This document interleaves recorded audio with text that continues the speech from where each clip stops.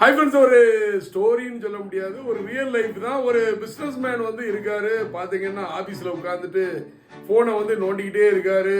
எப்போமாவது தான் அவர் ஆஃபீஸ் போவார். பார்த்தீங்கன்னா ஆட்டோமேட்டிக்காக அவர் கம்பெனி வந்து வந்து இயங்குற கம்பெனி. சரி, உட்காந்துட்டே இருக்கும்போது திடீர்னு வந்து ஒரு நாள் யோசனை பண்ணுறாரு, ஏன் நம்ம வந்து உள்ளே வந்து ஒரு சுற்றி பார்ப்போமே அப்படின்னு சொல்லிட்டு யோசனை பண்ணிட்டு ஒரு ரவுண்டு வந்து சரி நம்ம ஓனராக போனால் இதாக இருக்கான்னு சொல்லிட்டு ஒரு மார்வேஸில் வந்து அந்த கம்பெனிக்குள்ளே நடந்து போய்கிட்டே இருக்காரு. போகும்போது ஒவ்வொருத்தரையாக பார்த்துக்கிட்டே அப்படி போறாரு. பார்க்கும்போது ஒவ்வொரு செக்ஷனாக போறாரு. அப்போ டெலிவரி செக்ஷன் வராரு. டெலிவரி செக்ஷனில் பார்த்தீங்கன்னா சூப்பர்வைசர் வந்து டெலிவரி சூப்பர்வைசர் வந்து அட்டைக்கால் போட்டு உட்காந்துக்கிட்டு அவரும் போனை நோண்டிக்கிட்டே இருக்காரு. அவருக்கு அதுக்கப்புறம் அதை தாண்டி போறாரு. ஒரு செக்ஷன்ல பார்த்தீங்கன்னா ஒரு 2 பேர் நல்ல வயசான லோடுமேன் உடம்பு உழைப்புள்ள லோடுமேன். அவர் வந்து பார்த்தீங்கன்னா 2 பேரும் வந்து டிஸ்கஸ் பண்ணிட்டு இருக்காங்க. என்னன்னா அவர் அப்படியே மெதுவாக வந்து ஜன்னல் ஓரத்தில் இருந்து கவனிக்காரு. இவ்வளவு தூரத்துக்கு நம்ம சுமக்க வைக்கிறாங்க, இதுக்காண்டி வந்து நம்ம ஏற்கனவே ஒரு நமக்கு வந்து கரெக்டாக வந்து லாரி பாயிண்ட் வரைக்கும் ஒரு எலிவேட்டர் ரெடி பண்ணோம்னா ஈஸியாக இருக்கும்.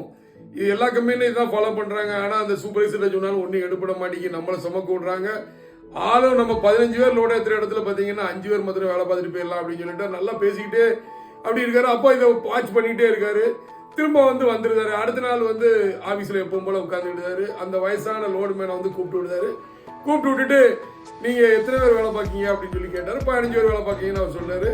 அப்போ வந்து பார்த்தீங்கன்னா உங்கள் ஏஜ் என்ன அப்படின்னு கேட்டிங்கன்னா என் ஏஜ் வந்து 55 ஆகுது அப்படின்னோட எங்கள் கம்பெனியில் 54 வயசுக்கு மேலே உள்ள ஆளுக்கு வேலை கிடையாது, நீங்கள் வெளியே போகலாம் அப்படிங்கிற மாதிரி அப்படின்னோட இவருக்கு என்னடா இது ஒன்றுமே ஓடலை, என்ன எப்படி சொல்கிறாங்க அப்படின்னு சொல்லிட்டு உடனே டக்குன்னு அவரை சீட்டை கிழிச்சு வெளியே அனுப்பி விட்டுருந்தாரு.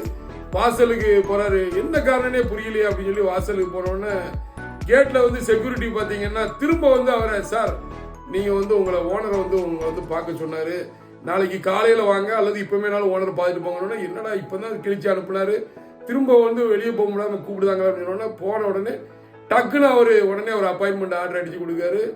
சூப்பர்வைசரா அப்பாயின்மெண்ட் ஆர்டர் கொடுக்காரு. அங்க ஏற்கனவே இந்த சூப்பர்வைசர் வேலையை கிழிச்சிருந்தாரு. ஏன் இதை வந்து சொல்ல வரேன்னு பார்த்தீங்கன்னா அவருக்கு அப்போ என்ன அவருக்கு ஒன்றுமே ஓடலை. என்ன அப்படின்னோடனே நான் யாரை எந்த இடத்துல பயன்படுத்தணுமோ அந்த இடத்துல பயன்படுத்தாமல் நான் வேலை வாங்கிட்டு இருக்கேன். அதே மாதிரி ஒரு 50 வயசுக்கு மேலே உள்ளவங்க வந்து நான் மூட தூக்கவோ இது பண்ணவோ நான் உழைப்பில் வந்து நான் வாழ்ந்துட்டு இருக்கிறேன், இது எனக்கு பிடிக்கல. என்னோட கம்பெனியை ஆட்டோமேட்டிக்காக அக்கௌண்ட் செக்ஷனில் தான் ஆப்ரேட் பண்ணிட்டு இருக்கிறத தவிர அந்த மேன் பவருங்கிறத நான் யோசிக்கவே இல்லை. அந்த அறிவுக்கண்ணை நீங்கள் தான் எனக்கு திறந்தீங்க. ஸோ இன்னையிலேருந்து பார்த்தீங்கன்னா உங்களுக்கு சேலரி 30,000, நீங்கள் தான் வந்து அந்த ஸ்டோரில் வந்து மேனேஜர், உங்களோட இதுபடி தான் எல்லாமே வேலை நடக்கும் அப்படின்னு சொல்லி சொன்னோன்னே அவருக்கு ஆச்சரியம் தாங்க முடியல. ஸோ இதுலேருந்து என்ன சொல்ல வரேன்னா யாருக்கு என்ன உழைப்போ எதுனாலும் கிடைக்கும். அதே மாதிரி கம்பெனியில் நம்ம வாசலில் ஆஃபீஸில் உட்காந்து ரெஸ்ட் எடுத்து நம்ம பாட்டில் வந்து அக்கௌண்ட்ஸு பில்லிங்கு சேல்ஸை மாத்திரம் பார்த்துட்டே இருந்தால் வந்து நடக்காது. உள்ள கம்பெனியை சுற்றியும் நம்ம போய் பார்க்கணும், என்னென்ன நடக்கணுமோ, நம்ம கம்பெனியில் என்னென்ன பண்ணலாமோ எல்லாம் பண்ணலாம். ஸோ எல்லாரும் இதை ஃபாலோ பண்ணுங்க, ஏன் பண்ணுங்க, நல்ல முறையில் நிர்வாகம் பண்ணுங்க. நன்றி. நானும் ஜெயசி.